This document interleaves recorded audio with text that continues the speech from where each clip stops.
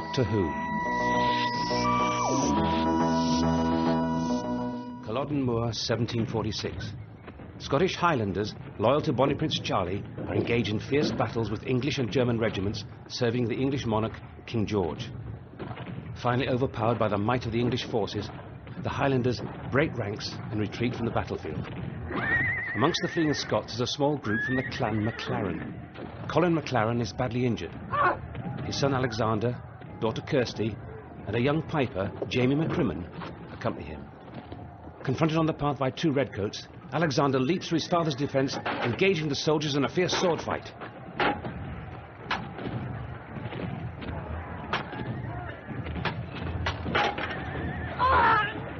With one Redcoat dead, the other flees. The Highlanders, by Elwyn Jones and Jerry Davis. Episode 1.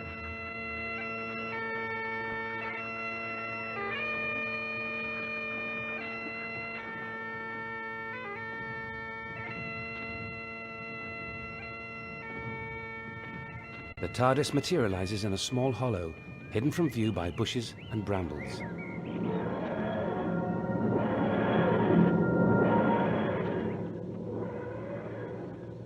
The doors open and Ben emerges, followed by Polly and the Doctor. Polly shivers. Ooh. Ben sniffs the air, looking around intently. Hey, Polly! What? Ooh. Where does this remind you of? Oh, it's cold and damp. No, but where does it remind you of? Ouch! Prickles. What? Where else could it be? We're home, Duchess! You never give up hope, do you? We'll ask the doctor. Hey, doctor. Listen. Sounds like a cup final. Look out! Ben and Polly throw themselves to the ground as something crashes into the bushes nearby. Uninjured, they scramble to their feet and look for the Doctor, who's nowhere in sight. They find him at last, on his knees in the brambles with his hands over his head. He looks up at them defensively. What are you doing down there?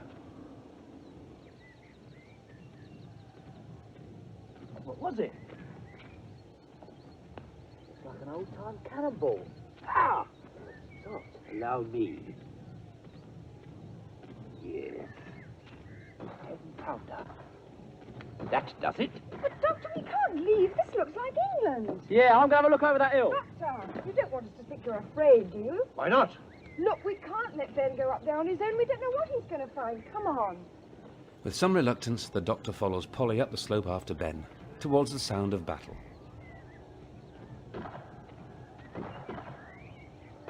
Having found shelter in the ruins of a nearby cottage, Kirsty is tending to her father's injuries. Kirsty, Badly needs a doctor. aye, and food. Water. Fished, father. Water. Jamie offers Kirsty his canteen. We drop left yet. While MacLaren drinks, Jamie looks ruefully at his chanter, all that is left of his pipes. The battle. It's done. The clans are broken, shot to pieces by the English guns. Never had the chance to get to within Claymore's land with them. The slaughter. Alexander silences Jamie. Bring the Redcoats upon us. They'll be here soon enough, have no fear. The prince. Dinna fash yourself. He was the first to leave the field. What's that you say about the prince? Oh, stay the pair of you. Why didn't you leave me to die on the field? You're the laird himself. The laird of what? All the men of our clan are lying in the mud of Culloden Moor.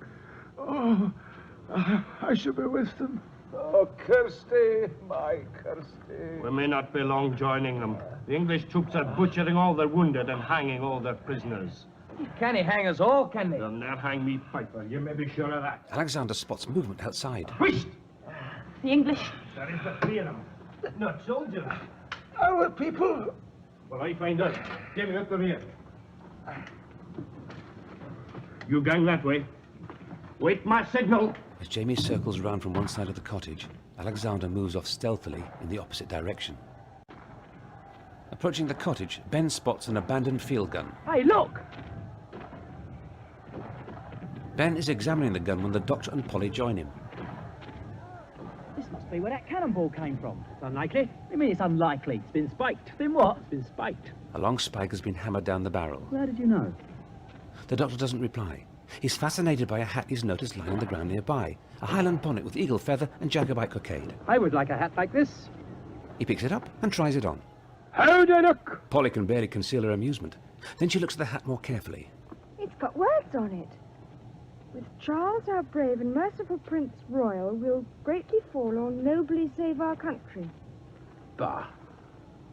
Romantic piffle. The doctor throws the hat to the ground in disgust. Suddenly, You pick it up. Alexander has a claymore at the doctor's throat. Careful, like. Jamie is holding a dirk to Ben's chest. Alarmed, the doctor nods and bends to pick up the bonnet.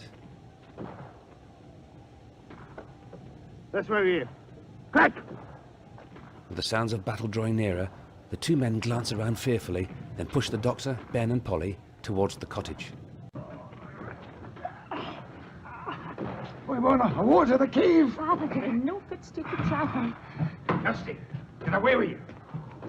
Hey, I know not. They're no Scots. They threw down the prince's cockade. Kate? What prince? Prince Charles Edward. Bonnie Prince Charlie. You have the tongue. Aye, I thought so.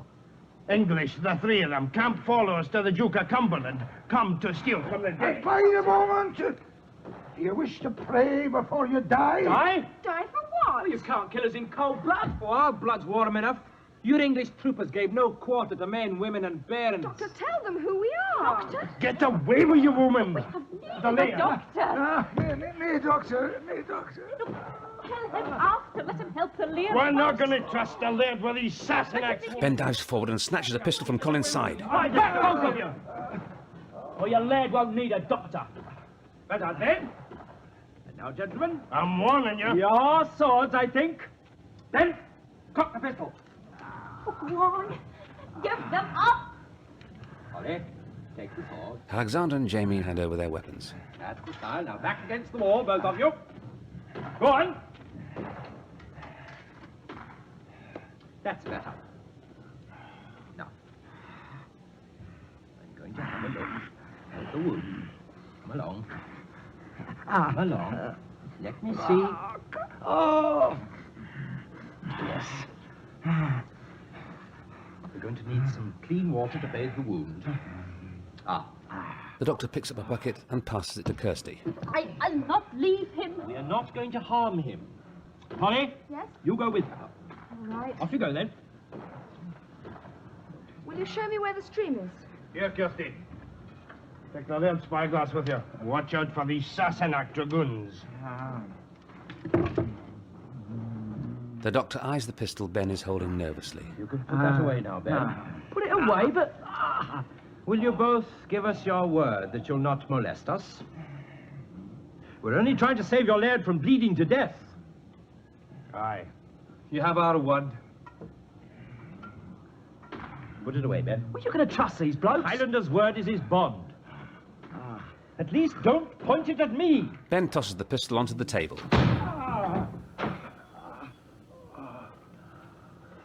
Just went off. You fool! You'll have every English soldier within miles. What's wrong with that? What? You should have paid more attention to your history books, Ben. Eh? Redcoats. There's about 6 of them. They'll slaughter us. High on the moor, an elegantly turned-out English officer, Algernon Finch, gazes down the glen at the ruins of the cottage. His sergeant dashes up to make his report. A road's beside you, sir. In the door of the cottage where the shooting seemed to come from. Good. Only one? Only one seen, sir. But it could be more. There better be. Haven't seen many, have we? Well, the troopers were ahead of us, sir. And done a good job. I wish they'd left us some pickings. Perhaps when they got away, they took their possessions with them. Let's hope so. Take a man round the rear, Sergeant. We'll outflank them. Sir. Tell them to shoot first and take no risks. Remember, these rebels will be desperate by now. Yes, sir. Donna. Advance in battle order. Fixing bayonets, the soldiers advance towards the cottage. Be caught like rats in a trap. Can we not run for it? And leave the laird to their mercy. There is but one chance. It is but a very slim one. I will try and draw them away from this cottage. Wait. Alexander flings open the door and runs out to face the Redcoats. He is hit, yet staggers onwards, but eventually falls. Jamie watches in horror as the Redcoats advance on the cottage. Surrender in the king's name. Well, blimey, it's good to hear a London voice again. Silence, you rebel dog. Rebel? What are you talking about? I'm no rebel. Me and the doctor here have just arrived. Deserter, then. You'll hang just the same. I'm glad you've come, Sergeant. I was waiting for an escort. Who the devil Civil tongue, Sergeant. You are in charge of these men? No. I am. A gentleman at last. Dr. Van Veer, at your service. Doctor who? That's what I said. One of those confounded froggies that came over with the Pretender. We ain't French, are we? German, from Hanover, where your good King George comes from. And I speak English a good deal better than he does. Here, that's treason. Shall we hang him now? Wait a moment. Who is that? Colin McLaren, a laird. And I'm his piper. Ah, they're a poor lot, sir. We get no pickings here. Let's hang them and have done. Well, a right shower you are. What have we done? Nothing. And what have we got against these two? They lost the battle, right? Well, doesn't that make them prisoners of war? Rebels are not treated as prisoners of war. Right, Sergeant. Prepare to hang them. Sir, take him out. I tell you, I was... Him I too. haven't done And anything. him. But he can't walk. Drag him. Elsewhere on the moor, on a supply wagon of the Duke of Cumberland's army, an English solicitor, Gray, has been observing the battle through a telescope. His assistant, Perkins, is setting out luncheon at the roadside. Perkins, yes, sir.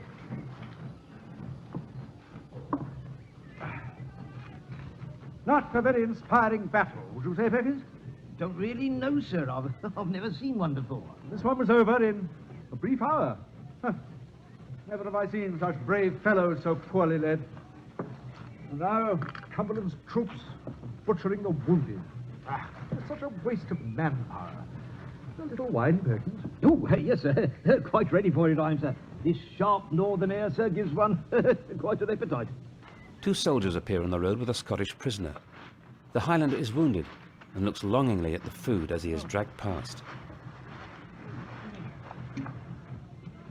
All these fine, sturdy Highlanders, used to hard work and little food.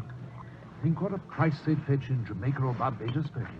A pretty penny, no doubt, sir. No doubt at all. Indeed. And I'll have them, Perkins. I did not give up a thriving legal practice just for the honor of serving King George as his commissioner of prisons. I thought there was more behind it, sir. With Mr. Trask and his ship at our service, we may expect to clear some measure of profit out of this rebellion, eh, Perkins?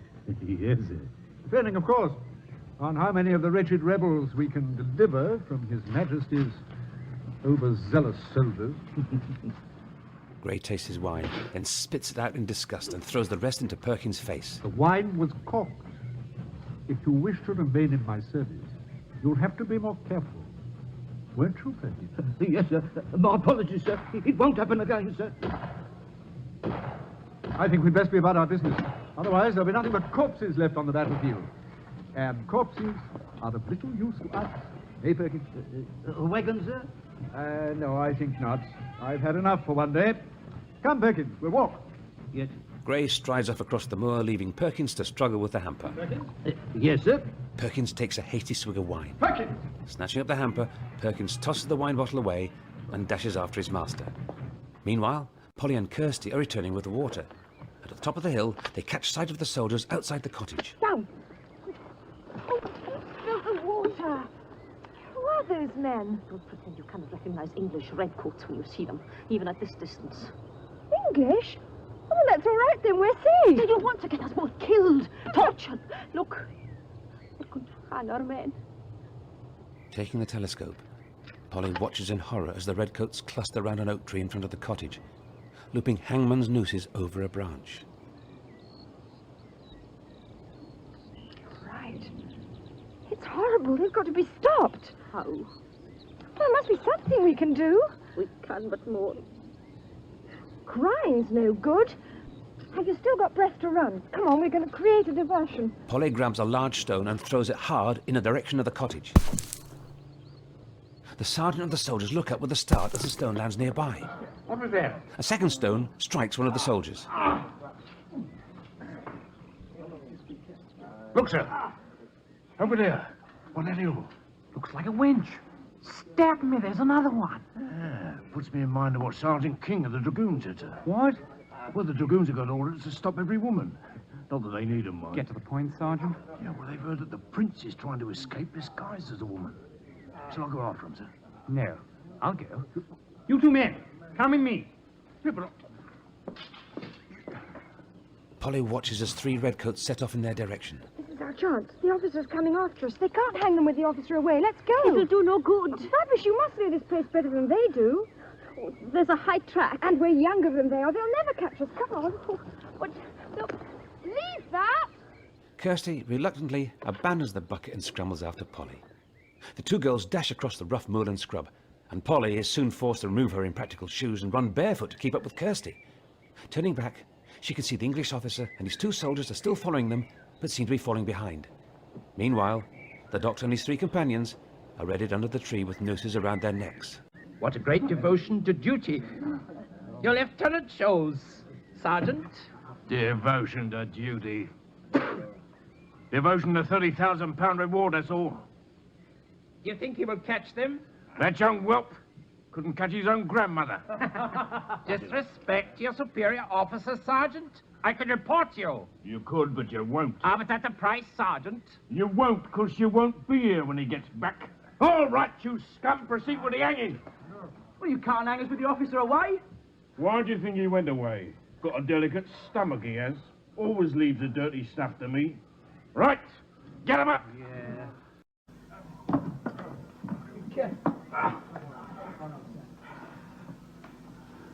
Take the strain. Stand by.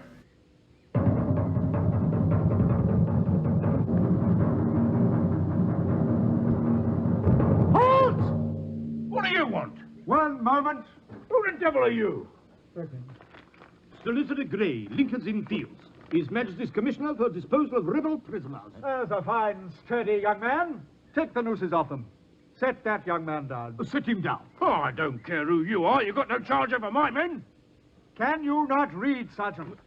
I have charge over all rebel prisoners. Of course he has. Appointed by the Chief Justice of England. All prisoners. Not these. Perkins. Perkins searches in his pocket The other pocket, I think. and brings out some silver coins. I admit your prior claim, Sergeant, but I think you are a reasonable man. The payment is refused. Continue, Perkins. Continue, I said. Further coins are counted. Of course, I regret any inconvenience encountered by yourself and these fine fellows of yours. All right. You heard what the Commissioner said. Nooses off, get him down. Oh, thanks, sir. A trifle, I assure you. Strong ruffians like you and this other young rebel here are needed in His Majesty's service. Gray indicates the doctor and Colin. You can dispatch this one, Sergeant, and this strange-looking scoundrel. Article 17, Aliens Act, 1730. What? You are gentlemen of the law? How dare you speak to Mr. Gray like that? I'm a lawyer, yes. Then you're doubtless familiar with Article 17. You cannot hang a citizen of a foreign power without first informing his ambassador. Article 17, Aliens Act. Who is this extraordinary rogue? He says he's a frog doctor, sir. Chairman, and I know more about the English law than you do, it seems. I'm the only law what matters to you right now, matey. And if this gentleman don't want you, you have. Now, wait. You show a touching faith in His Majesty's justice, sir.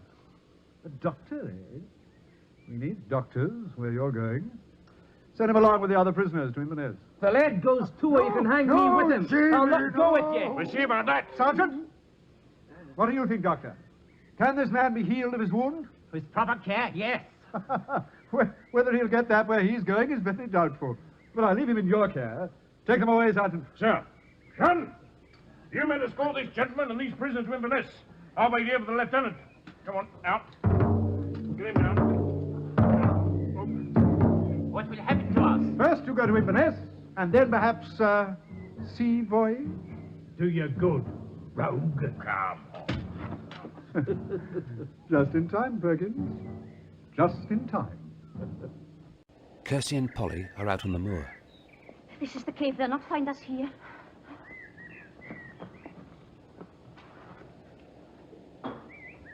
They move through a fissure in some rocks, which widens out ahead of them into a large cave. You don't live here, do you? Oh, no. Our family use it as a hideout after a cattle raid. A cattle raid? You mean you rob people? No. We only take from those who steal from us. It's dark. Ah, there we are. It's a funny kind of match. What? Match? Oh, doesn't matter. Now, we keep a supply of food here. Oh, there's only one wee biscuit. When was it left here? Well, about 3 months ago. Oh, it's a dog biscuit. Biscuits are not baked for dogs. Be pleased to begin. Oh, no, you start. I don't want to lose all my fillings. Teeth. Doesn't matter. You start. I'm not hungry, really. Got to make a plan. I saw them being marched away. Now, where would they be taking them? Inverness. Jail. Oh, look, don't start crying again. If they've taken them to jail, then we've got to get them out. Have you got any money? For what would we need money? Well, for food, of course. That biscuit isn't going to last very long. And for bribing guards with. What have we got we can sell? She looks at her bracelet. This won't fetch much, but at least it's a start. Why should you help us? You're English. They've got my friends too, remember? Yes, I must get some proper clothes. Why do you wear the short skirts of a bairn? You're a grown woman. Well, it would take too long to explain. Polly notices a large ring on Kirsty's finger. Hey, that ring, it's gold. Look, you've got to trust me. It doesn't belong to me. It's my father's. Well, let me just look at it. Come on, I just want to look at it, that's all. It's beautiful. We should get a lot for that. We're not going to sell it. Not even to save your father's life. He wouldn't thank me. Oh, you're hopeless. Why not, for goodness sake? He entrusted it to me before the battle. He would kill me if I ever parted with it. I don't understand you people. Come on, give it to me. No. Look, give it to me. Please yourself. You're just a stupid peasant. I'm off to help my friends. You can stay here and guard your precious ring. Look, mind your step. It'll be dark soon. Watch out for yourself. You'll get lost.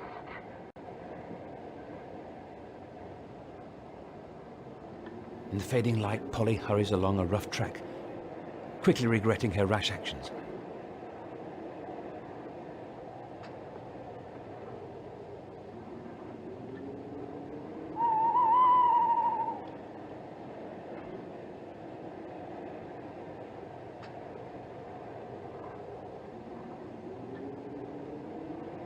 Suddenly, the ground disappears under her feet and she finds herself falling through the darkness.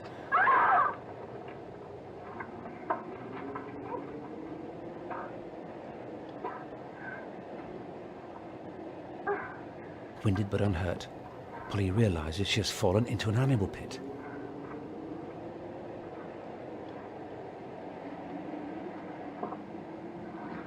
Terrified, she tries to scramble out. As a hand, holding a dagger, appears over her head.